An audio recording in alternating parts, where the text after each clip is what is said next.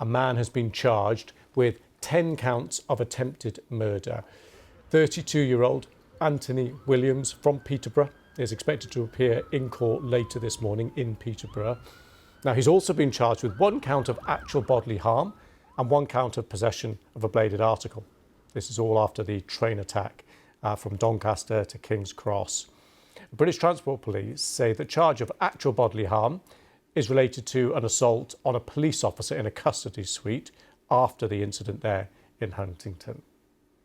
Police also say that Anthony Williams is being charged with an additional count of attempted murder and possession of a bladed article in relation to another incident. This in London's Docklands Light Railway, the DLR network, early hours of Saturday. Well, the train that the stabbing attack took place on has this morning been moved from the platform 2 there of Huntingdon Station. It's been stationary there at that station. Obviously, police and forensic teams spent much of the weekend gathering evidence there. And now, for the first time, that train, as you can see, on the move out of the station. Well, the member of train staff who has been described as a hero is now in a critical but stable condition in hospital. 5 people remain in hospital. And the Transport Secretary Heidi Alexander has paid tribute to the train staff.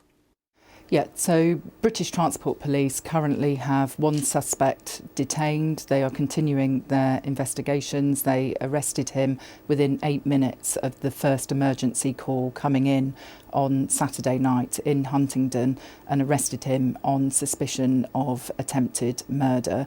I would like to pay tribute to the response of the emergency services, but also the passengers who were on board that service. I can't begin to imagine what it would have been like to have been on that train, but also the response of the railway staff.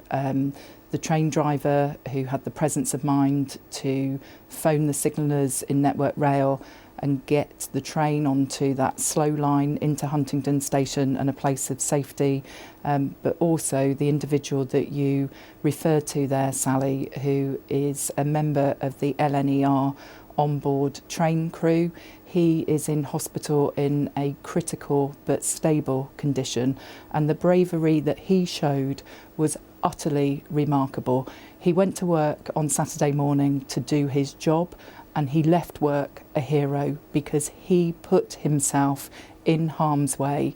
And there are people who are alive today who wouldn't be alive had it not been for his actions. And so I want to say a very, very big thank you to him personally and to express my best wishes to him and his family.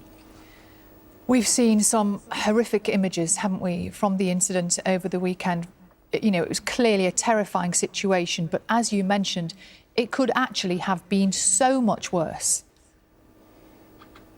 Indeed, and I think the swift response of the onboard train staff and the driver, and I think in those moments of huge pressure and huge stress, we all like to think that we would behave in the way that those individuals behaved on that train, but to have the presence of mind that they did in order to be able to reduce the harm that was inflicted on passengers on that train, it would have been absolutely terrifying. I do understand that. I read the accounts of people yesterday who were on that train with children, some hiding in the toilet cubicles, some moving to other carriages to try and find a place to safety. But I do want to say a massive thank you to everyone who was involved in responding to this incident. There were 8 minutes between those first emergency calls coming in and the individual being arrested at Huntingdon Station. The BTP, the British Transport Police, are working round the clock to make sure that no stone is left unturned in working out exactly what has happened here. And I would like to thank the staff at the British Transport Police for all the hours that they've put in since this incident happened on Saturday night. So it's Heidi Alexander there speaking to my colleagues on BBC Breakfast, and I spoke to Amy Cole, our reporter at Huntingdon Station, for the latest. train that has been on the platform here, on the tracks here since Saturday, that has been moved off.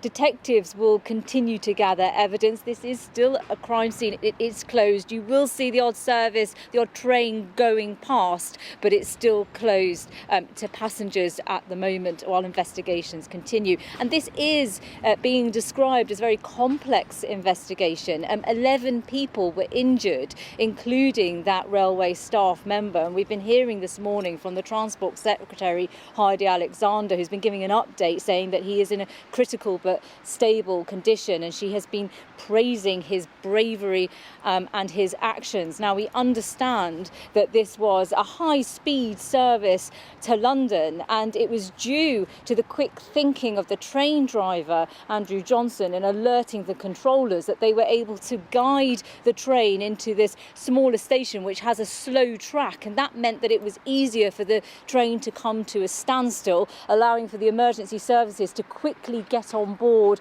and for the passengers to disembark. Now, if that hadn't have happened, the train could have ended up in the middle of nowhere, with the emergency services finding it very difficult to access.